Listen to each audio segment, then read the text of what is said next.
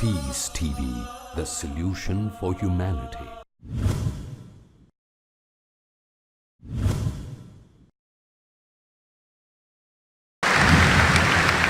May we have a question from the ladies section, please? Hello. Yes, that's right. Hi, my name is Anna. I want to ask, what happens to non-Muslims who have never been exposed to Islam? And what if a non-Muslim says that the miracles of Jesus are bigger than the ones that Muhammad performed? Sisters asked two questions basically. What a non-Muslim who says, who has never been exposed to Islam, what happens to them? And secondly, if a non-Muslim comes and says that the miracles of Isa alayhi salam are greater, what happens to them? Point number one, if a non-Muslim comes and tells me that they have not been exposed to Islam, today in this world of science and technology it's difficult. Maybe if you asked this question 50 years back, it was possible. Today, in this age of science and technology, especially the media bombarding misconception about Islam, you're exposed to Islam, maybe the wrong Islam, maybe pseudo-Islam, that Muslims are terrorists, Muslims are fundamentalists, Islam is a religion of killing, it degrades the woman, it subjugates the woman. They may be exposed to Islam, but wrong Islam. Now what happens to a non-Muslim who's not exposed to the right teachings of Islam? I feel if a non-Muslim hears something in the media, or any human being hears something in the media, he should not take it for granted. The Quran says in Surah Hujurat, chapter 49, verse number 6, whenever you get information, check it up before you pass it on to the third person. Whenever you get information, it is important that the person checks up whether the information is right or wrong. As far as the message of Islam is concerned, what if a non-Muslim may be living in an island, maybe living in Timbuktu, or living somewhere where he doesn't have any knowledge of Islam? First, it's the duty of every Muslim to convey the message to non-Muslim, irrespective whether we convey or not. Allah says in the Quran in Surah Fusilat, chapter number 41, verse number 53, Allah says, سَنُورِيهِمْ آيَاتِنَا فِي الْآفَاقِ وَفِي أَنفُسِهِمْ حَتَّى يَتَبَيَّنَ لَهُمْ أَنَّهُ الْحَقُّ. That soon we shall show them our signs in the furthest regions of the horizons until it is clear to them that this is the truth. Allah says that He will show the signs to every human being before the human being dies. He will show His signs in the furthest regions of the horizons until it is clear to them that this is the truth. So Allah takes it up upon Himself that He will convey this message to each and every human being, whether he's born in a Muslim family or non-Muslim family, whether he's born in a Muslim land or non-Muslim land. Allah will give this message to every human being. That's the reason there were some surveys done in 1950 in two tribes. Now these two tribes, the Kapauku tribe and the Australian Aborigines, these two tribes did not come in contact with modern civilization till as late as 1950. When the researchers went and tried to find out what was their way of life, these people, they believed that God was one. They believed He alone should be worshipped. They believed He did not beget anyone. They did the sajda, they did prostration for worshipping that God. It was everything of Islam but in name. So when no external influence comes on a human being, that person submits his will to God. That's the reason our beloved Prophet Muhammad said, every child is born in Deen al-Fitr. Every child is born in the innate religion. He is born as a Muslim. Our beloved Prophet Muhammad said, every child is born as a Muslim. Muslim means a person who submits his will to God. Later on, that person may be influenced by his parents, by his teachers, by his elders. He may start doing fire worship, he may start doing idol worship, and then may deviate on the wrong track. That's the reason when a non-Muslim accepts Islam, the more appropriate word is revert. He was a Muslim, born as a Muslim, he gets converted to a wrong religion, comes back to the original faith, that is Islam. So the right word is revert. So coming to your question, every child, if any child, if you take three children, one born to a Christian, one born to a Jew, one born to a Hindu, isolate these three children completely from any external influence. And when they grow up and you try and find out what is their way of life, it will be nothing but Islam. Only after external influence, they start deviating and worshipping wrong things and having wrong ideas. This is scientifically proven. Furthermore, sister, where your second question is concerned, that what if someone doesn't know Islam and thinks that Jesus Christ did miracles. I do agree Jesus Christ did miracles. But, sister, miracle is not the test.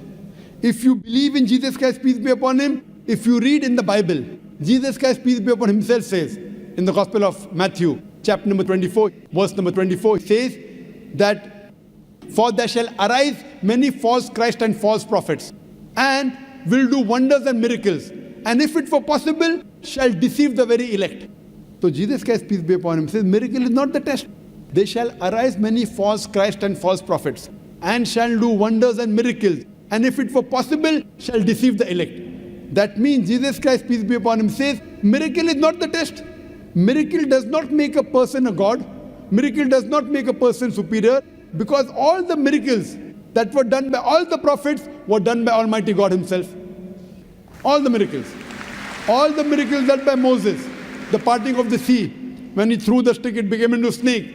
It was done by Almighty God. All the miracles that Isa alayhi salam, Jesus Christ, peace be upon him, did were done by Almighty God. Same with Prophet Muhammad, peace be upon him, splitting of the moon were done by Almighty God.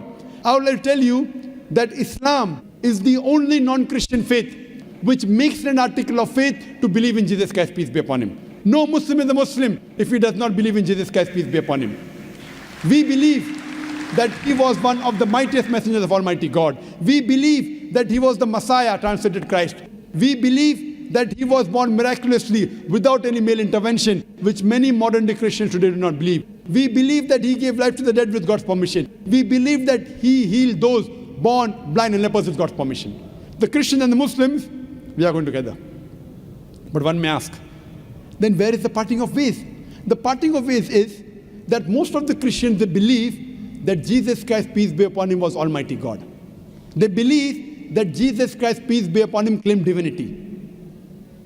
In fact, if you read the Bible, there is not a single unequivocal statement in the complete Bible where Jesus Christ, peace be upon him, himself says that I am God, always is worship me. If, sister, you can point out any unequivocal statement, any unambiguous statement from any version of the Bible in which Jesus Christ, peace be upon him, himself says that I am God, always says worship me, I am ready to accept Christianity today.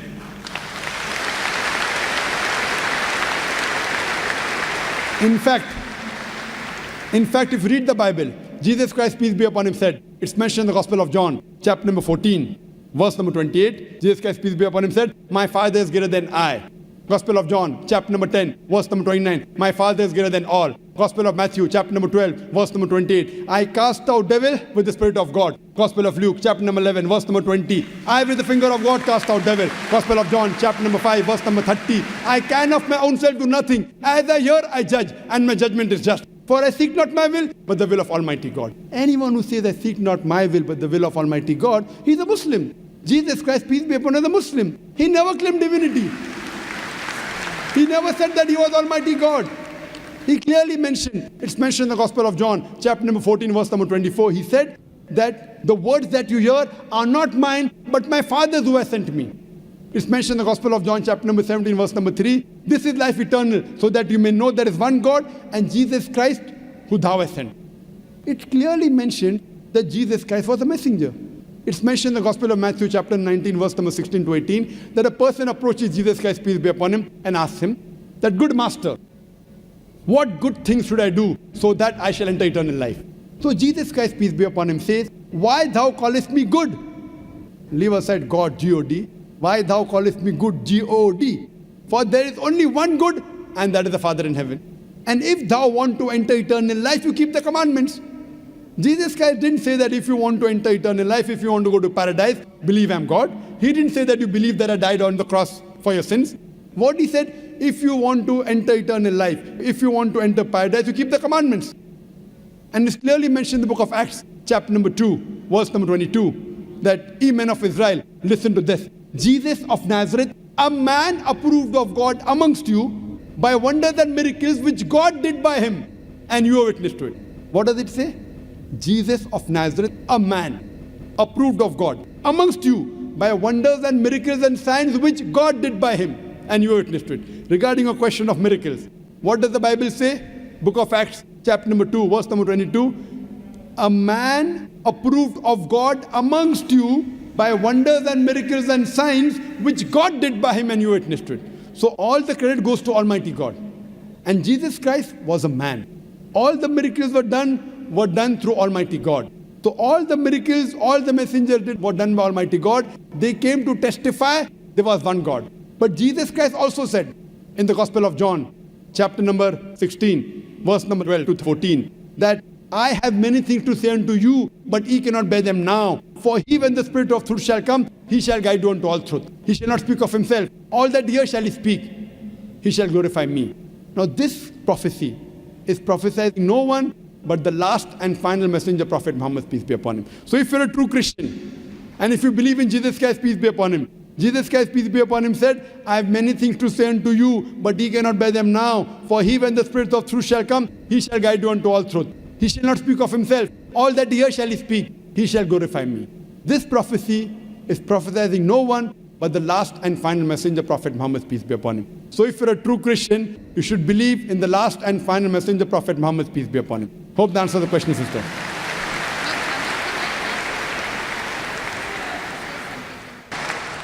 Do we have any more questions in the lady section?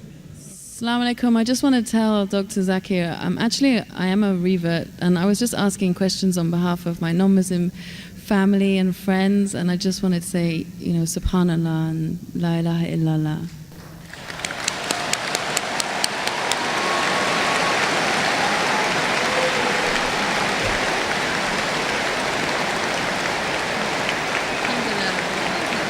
That's why I said you have to say what you have to say.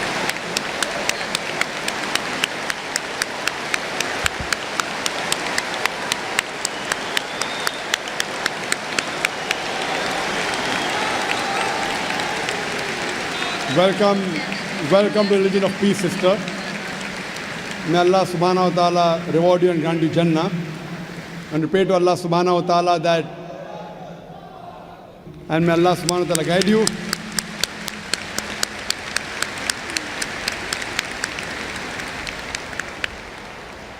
And if you have any questions, sister, regarding to help your other family members come back to the right faith, to revert, you're most welcome to ask any questions, sister. And if you have any clarification, you're most welcome. There are many Dawah centers here in Dubai. There are many sisters' organizations. You can contact them, inshallah, if you have any queries. And now if you have any questions regarding to convince your other family members, you're most welcome to ask, sister.